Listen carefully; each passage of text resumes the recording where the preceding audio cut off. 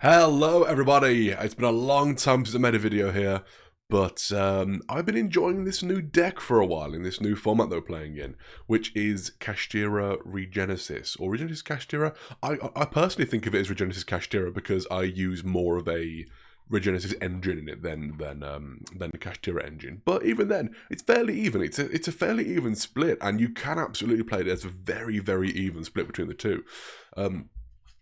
I have not completely given up on Goblin Bikers, as if you have ever watched my other videos, you should know that's kind of my whole shtick, is I really like Goblin Bikers. I still do.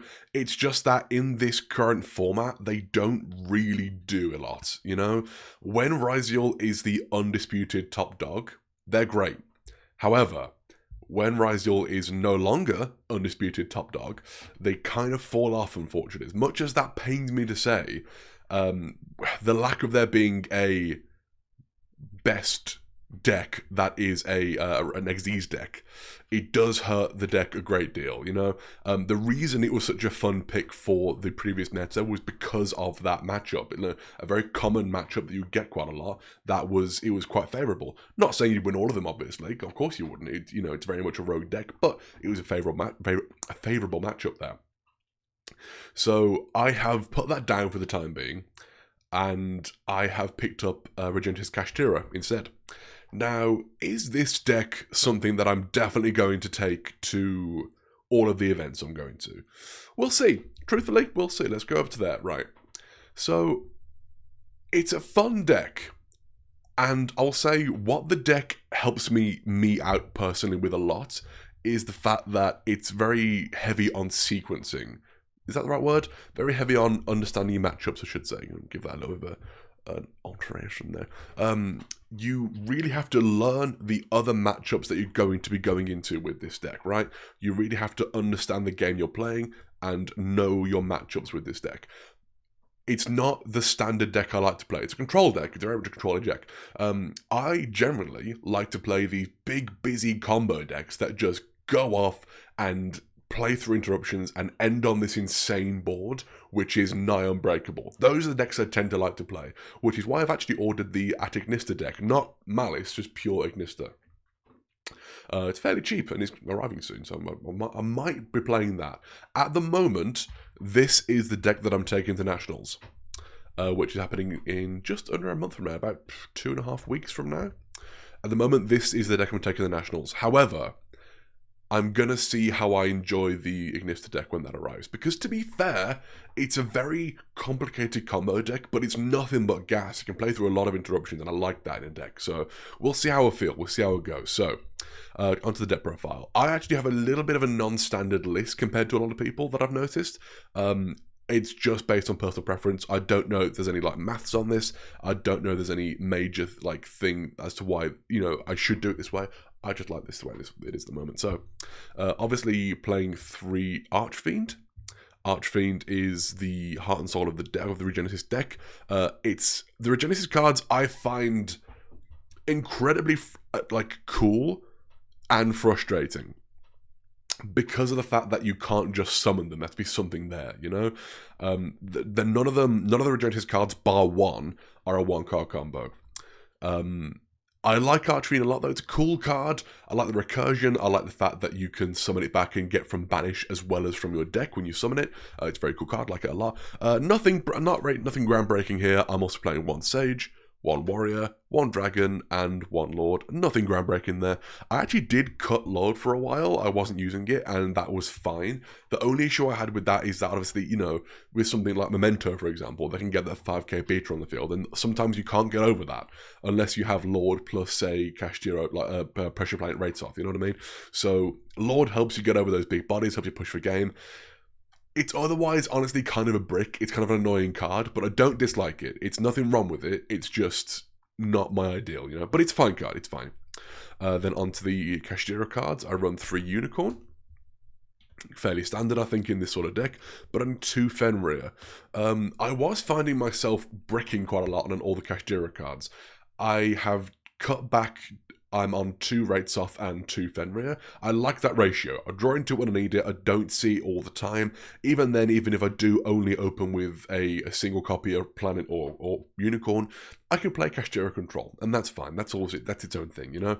So I do like this ratio. I like this quite a lot. Fenrir is the better ball breaker, undoubtedly. And therefore, it's one thing where I thought, do I want to run it at 3? Do I want it at 3? Because it's a very good ball breaker, whereas Unicorn doesn't really do anything to break boards. It's Unicorn is your going first option, Fenrir is your going second option. But this is already a going first deck. I'd rather focus more on hand traps, which is what I'm going to get into next, than anything else when it comes to, you know, going second. Or, you know, ball breakers, if I'm deciding for going second, obviously. I'm running... I don't know if this is an insanely heavy hand trap count. I don't think it is.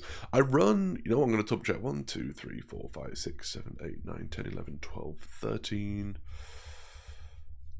14, 15. I think it's 15 non-engine, debatably more, which you'll see in a moment. So 15 non-engine, which is not crazy. It's not a huge amount of non-engine, to be fair, but it's also not nothing. It's enough. I run 3 Ash because Ash is still so good. I know that Ash has lost a lot of power in this current format, the same with Imperm. Spoiler alert, not playing Imperm. It's lost a lot of power in terms of going second. Going first, it's goated, obviously. You get rid of... This deck only really cares about Perulia, but it gets rid of Perulia, you know? And that's not an uncommon card to see. So it's pretty good in that. And also, a well-timed Ash can be very good, you know? If you have Ash into, you know, many different boards, it can help things, it can stop things, you know. It is still a good card, you know? 3 Droll, because you just have to play Droll. 3 for Walos, because you have to play for Wallace, we're inhuman. Then I run 2 Ghost Ogre and 2 Ghost Bell. Now, I, at a certain point, was running both of these at 3. That was getting too bricky. I did find that extremely bricky running both these at 3. However, running them both at 2, I quite like that ratio.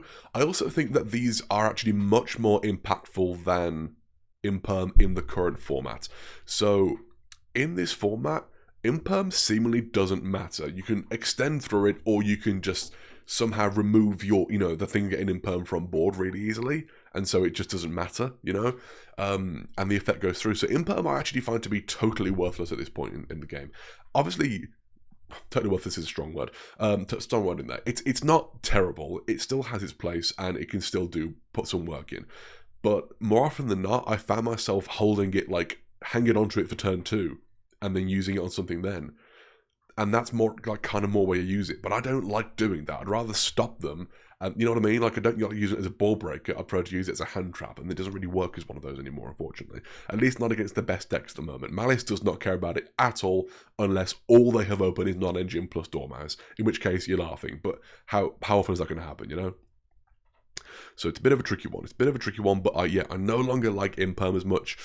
Which is a shame. I like the card a lot. It was my favourite hand trap for a long time, and I think it was an incredibly powerful hand trap for a long time. But I think at the moment, it's been power crapped a little bit, or at least in this form, it doesn't really work as well. But that is it for the monsters in the deck. I actually don't know the exact counts of each type of card. I did not look into that, but that's it for the monsters. On for the spells. I run 3 copies of Regenesis Code. This card is insane. It is the only 1-card starter that Regenesis has. I've considered looking into a small Regenesis engine fitting into other decks. I think that the absolute minimum Regenesis engine you could run is 3 Code, 1 Archfiend, and 1 Sage. Because it's a 1-card Omni-Negate, you know? It's not incredible, it's not the best thing ever, but I think if you were going to run a very small Regenesis engine, 3 Code, 1 Archfiend, 1 Sage, and that gets you just an Omni-Negate on the board, which is not. It's just nice to have that. If it's like, consider it as part of your non-engine, if anything, you know. It's nice just to have that as a going first option. But yeah, 3 Code. It's card's nuts. 1-card starter for the engine, insanely good. This is the spice that I'm running here. This is my spice. I'm only running 1 copy of Regenesis. Regenesis by itself does nothing. It is an absolutely nothing card. It just doesn't help you anywhere. Sure, if you like, okay, you could top deck Regenesis and then search out for, you know, Archfiend or whatever. I'm not saying it's a terrible card. Of course, it's the search of the deck. It's a fantastic card. It doesn't do anything by itself. However, what you can do with it, and obviously this plays more into Droll, but the deck already loses to Droll in, with the Kashtira stuff. Like, the deck is already going to be suffering with Droll. But if you know you're safe from Droll, or if you want to risk it, what I tend to do is I will go Archfiend, get Regenesis, then Regenesis, grab either Lord or Sage, depending which one I want to get, or which one you get that turn. And that tends to be what I want to do, because that puts this in the graveyard. Then during the opponent's turn, when Archfiend and Sage, say those are the two, are in the graveyard, I will get Sage back to hand. I won't get Archfiend back to hand. What I'll do instead is I will rebirth it with Regenesis, and then use Archfiend's effect to add the Regenesis back to hand, then use that Regenesis. Because the effects, they are each once per turn, and the rebirth effect on Regenesis is only the turn after it's been sent to the graveyard. However, you can use both effects in the same turn, and it can even be from the same copy of the card. That's completely fine. So I will tend to leave it in the graveyard as the Master Reborn, use this Reborn effect on Archfiend, then use Archfiend to get this back from banishment. Recycling it, a little bit of spice, I think it works quite well, and it means that I'm not clogging my hand on too many Regenesis cards and not seeing other stuff on other non-engine, But that's it for the Regenesis spells that I'm using. And then using only 2 copies of Wraithsoth. I was running 3 of these, but again, it started to get a bit bricky. Like, it is, again, it's the 1-card starter for your Kashtira engine. But so is Unicorn, Like, this gets a Unicorn, which is your Kashtira engine. It's the same thing, but this plays more into Droll. So I want to play this at 2. Still a fantastic card, still love it. Really, really good. 1 copy of Theosis and 1 copy of Birth. Also fantastic cards, obviously.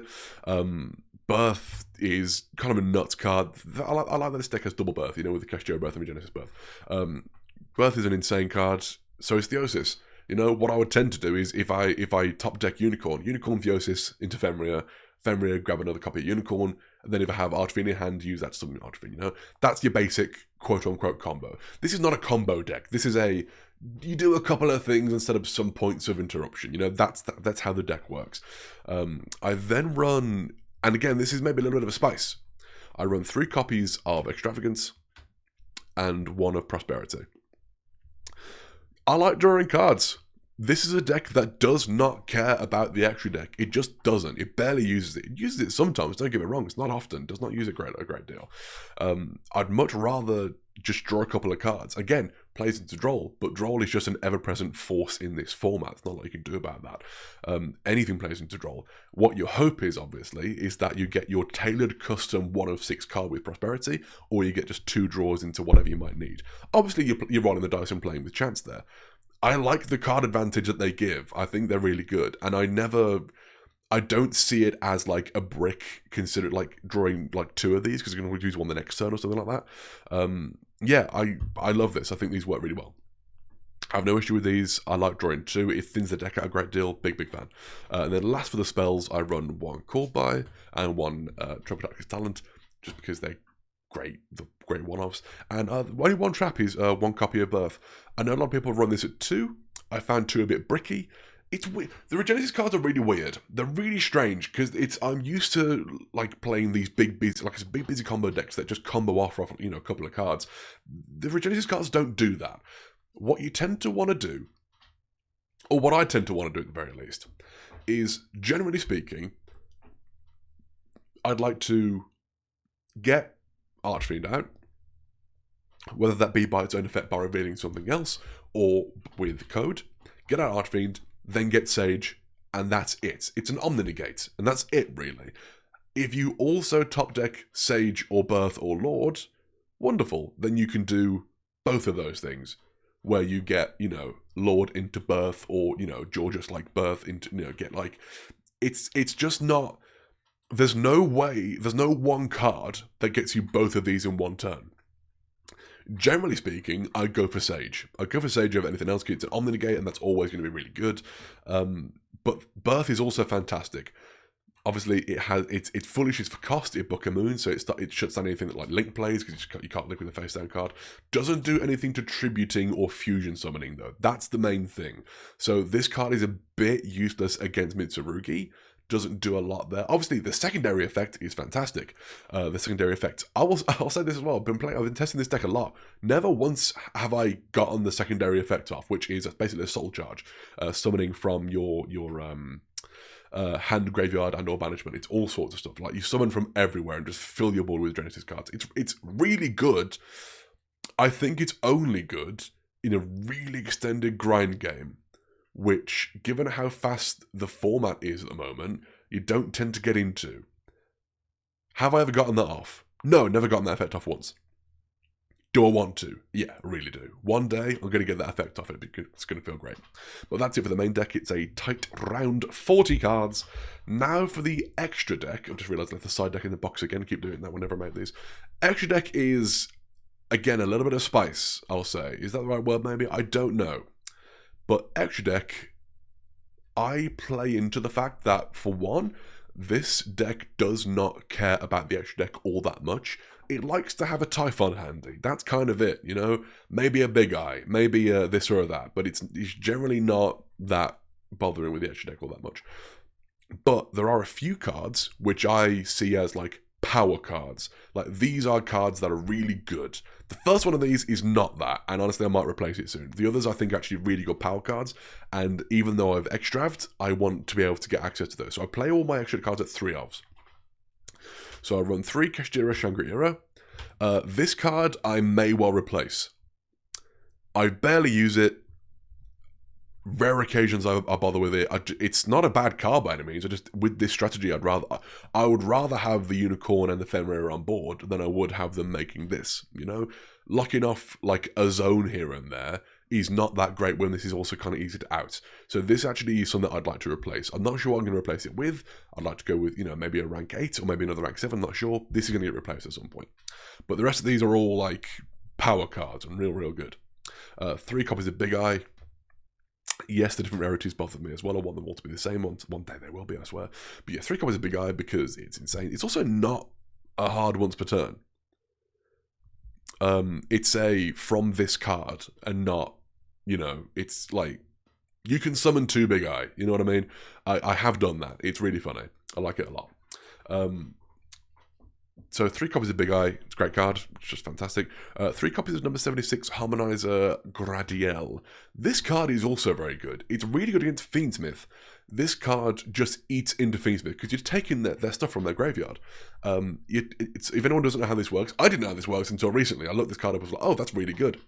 This card is quick effect, so it can during your opponent's turn as well, hence why it works well into Fiendsmith, because they can activate something, or even into Malice. You know, it works really well. It's a Rugi. It's really good. Quick effect, you can just take a monster from your opponent's graveyard and attach it to this as material by detaching one.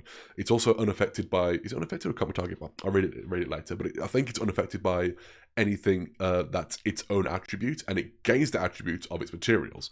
At the moment, it has light by itself, but if you summon it with Fenrir and Unicorn, it's also unaffected by Earth and Wind attribute cards, you know? But yeah, fantastic card, really good. Real good. I also run 3 copies of Red Eye's Flare Metal Dragon.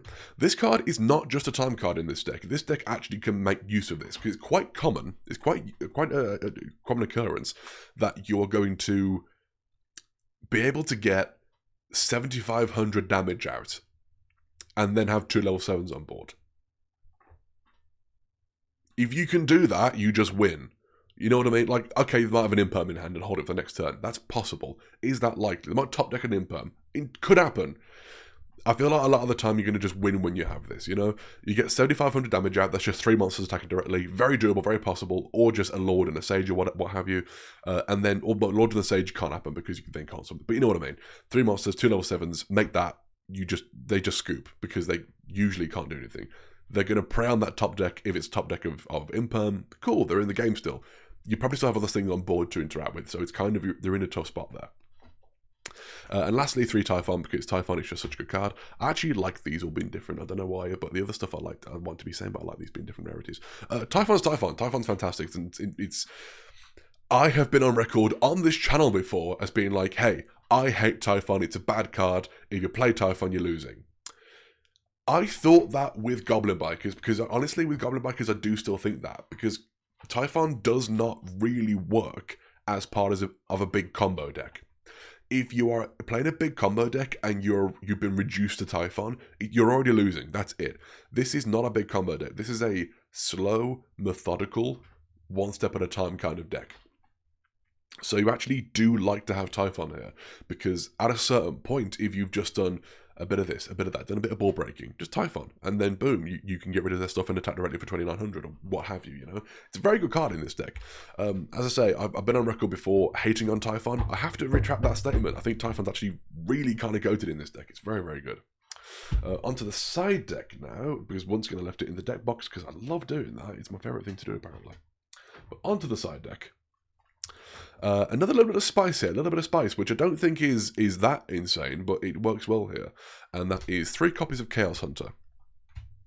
No Lancia. Chaos Hunter just has much more synergy with this deck. Chaos Hunter is 2,500 attack, so that's very nice there. And is a level 7, so you can normal summon it when you have Birth on the field. That's it, really. That's it, but that's enough. If you, like, you can put Chaos Hunter down going first if you're against Malice, because you can, again, Unicorn, Birth, Chaos Hunter, boom. They just can't play. It's like it's very good in this. The synergy with this deck is much better. I will say this, however, I'm going to say that I think somewhat I found out the other day when I was playing with this card at YCS Birmingham. There's a very famous play made by Dinkabooey in the final where he summoned 2 Chaos Hunter at the same time. I don't think he's meant to do that, because it's when and not if.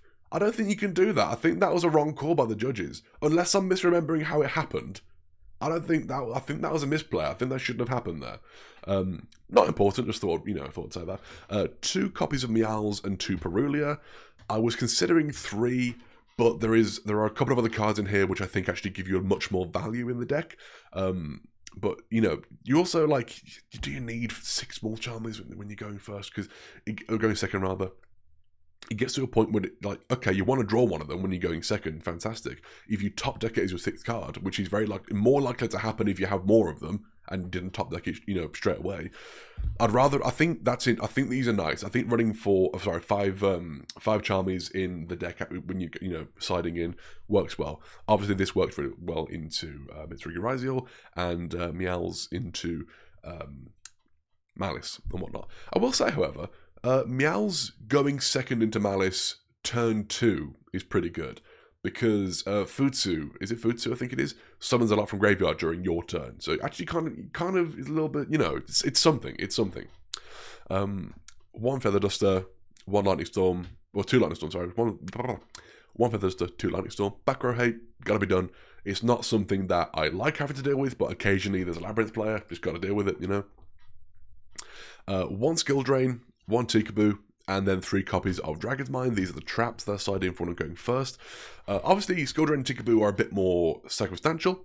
Usually, like, again, if you're against Malice or Mitsurugi Raizio, they're both going to be very, very good. They're both going to be fantastic cards, in fact.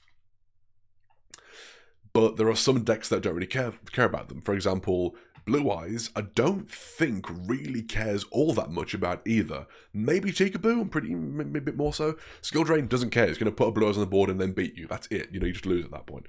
Dragon's Mind is also absolute heat. I love this card. It is I think it's a Solemn Warning, which can reset itself.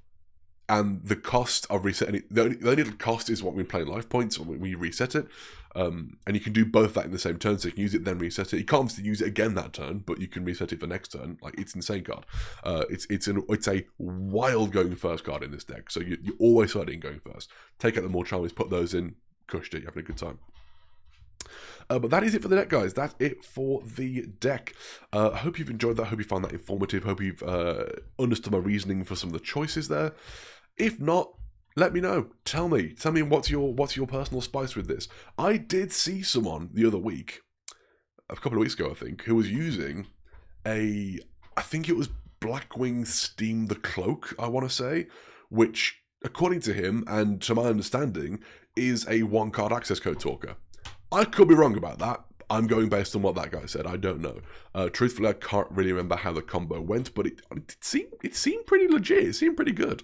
But yeah, so, given that the fact that you don't use your normal summon, generally speaking, with this deck, and the fact that it doesn't really care for extra deck, you have a lot of options there.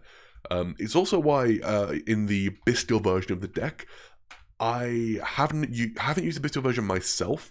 However, I have a friend who's taken that to Nats, I believe, the Bestial version, and he's had a wonderful time with it. And a pal at locals today who's using the same thing. And it, for the Bestial version of the deck, little thing for you guys, if anyone's thought about it. I've not really tested it much myself, so I might be completely off base here. I think that Doomdog Octhros is going to be nuts in the Bestial version of this deck, because it is that normal summon. Obviously, when you're playing Bestial, you Lebellion, you get like Magnamut, whatever. You tend to normal summon a Veiler or a Ghost Ogre, Salamangreat, and you go from there. Obviously, for your standard combo with that. Why not Doomdog Octhros? Because that gets you a Regenesis Archfiend. You then don't necessarily have to run 3 Archfiend, maybe. Just a thought there. But yeah, if you Doomdog Octhros, that gets you into Archfiend. It doesn't waste a hand trap, and that's your normal summon done. That's it. It's boom, done, sorted. So I think that with the Bestial version, I think that might work well. Doesn't here so much, obviously, because it doesn't really matter in this deck all that much. But yeah, that's the deck, guys. Hope you enjoyed that.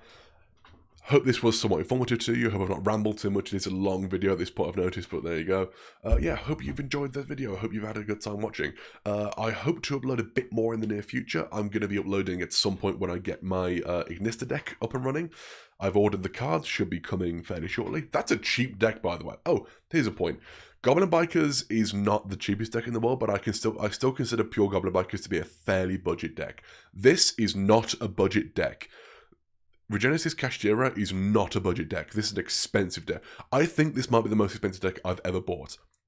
This might be the priciest deck I've ever laid my hands on in terms of buying one. Each of these like £10 each. Then you get the Regenesis the Spell. Each of those is like £10, £15 each. The Kashtira cards are upwards of 10, sometimes even like 15 to £20 each. They are really expensive. This is not a cheap deck. This is not something for budget players. This is something where if you have the Kashtira cards and want to shell out a bit more money for the Regenesis cards or vice versa, nothing about this deck is cheap. I'll say that up front.